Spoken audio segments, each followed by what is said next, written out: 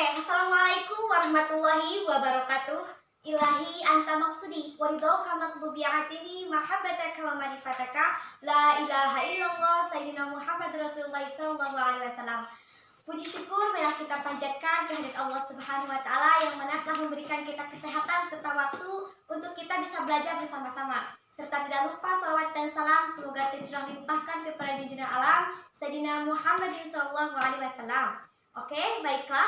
Sebelum saya memasuki materi, perkenalkan nama saya Linda Putisari. Saya mahasiswa semester 1 PPKN STKIP PGRI. Dan di sini kita akan membahas mengenai topik, tujuan, tesis, dan kerangka karangan.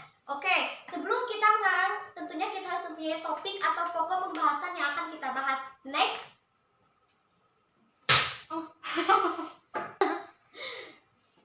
Topik adalah pengertian topik. Secara etimologi, topik berasal dari kata topoi yang berarti tempat. Jadi, topik secara ilmiah adalah topik yang berarti pokok pembicaraan atau pokok permasalahan.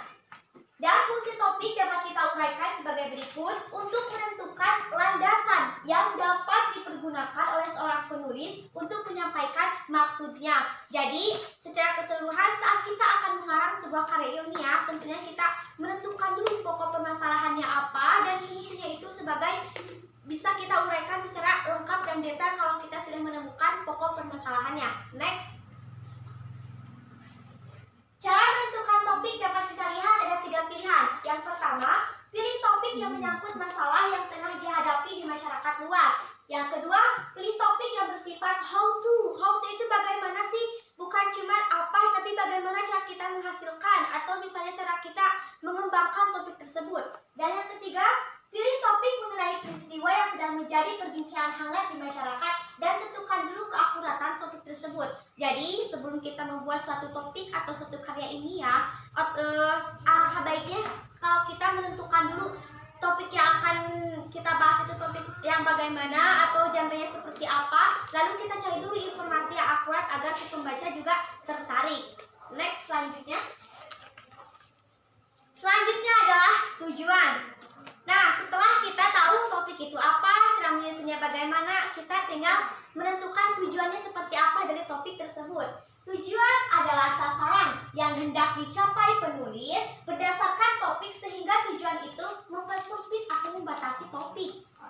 Next. Cara merancang sebuah tujuan. Di sini kita melihat cara merancang sebuah tujuan adalah harus selaras dengan topik. Artinya, antara topik dengan tujuan itu harus benar-benar sejalan, ya. Dan yang kedua, tujuan harus bisa membatasi topik agar tidak berlarut-larut atau melebar dalam sebuah permasalahan yang sama. Yang sedangkan yang ketiga, tujuan lainnya bisa menjadi rambu bagi topik agar tidak menyimpang dari pembahasan atau permasalahan. Jadi, sebuah topik dengan ditentukannya sebuah tujuan itu akan membatasi pokok permasalahan. Jangan sampai karya ilmiah yang kita buat jadi klimaks hasilnya atau tidak ada penyelesaiannya seperti itu. Oke, next. Dan sekarang kita masuk ke bagian tesis dan kerangka karangan. Tesis dan kerangka karangan. Tesis dalam penulisan karangan ilmiah merupakan langkah awal penulisan tesis, dibentuk berdasarkan topik dan tujuan yang sudah dirumuskan. Dengan demikian, tesis adalah perumusan topik dan tujuan dalam bentuk kalimat dengan menonjolkan topik sebagai pokok pembahasan. Lanjut. Menyusun kerangka karangan dapat ditentukan dalam beberapa poin tersebut. Yang pertama, menentukan tema dan judul. Yang kedua, mengumpulkan bahan karangan. Yang ketiga, seleksi bahan. Seleksi bahan itu setelah kita mengumpulkan beberapa sumber atau referensi yang akan kita buat sebagai topik atau karya ilmiah, kita seleksi dulu mana yang pantas diurutkan, mana yang tidak pantas untuk dipakai gitu ya. Dan membuat karangan serta evaluasi hasil akhir karya ilmiah. Oke, lanjut.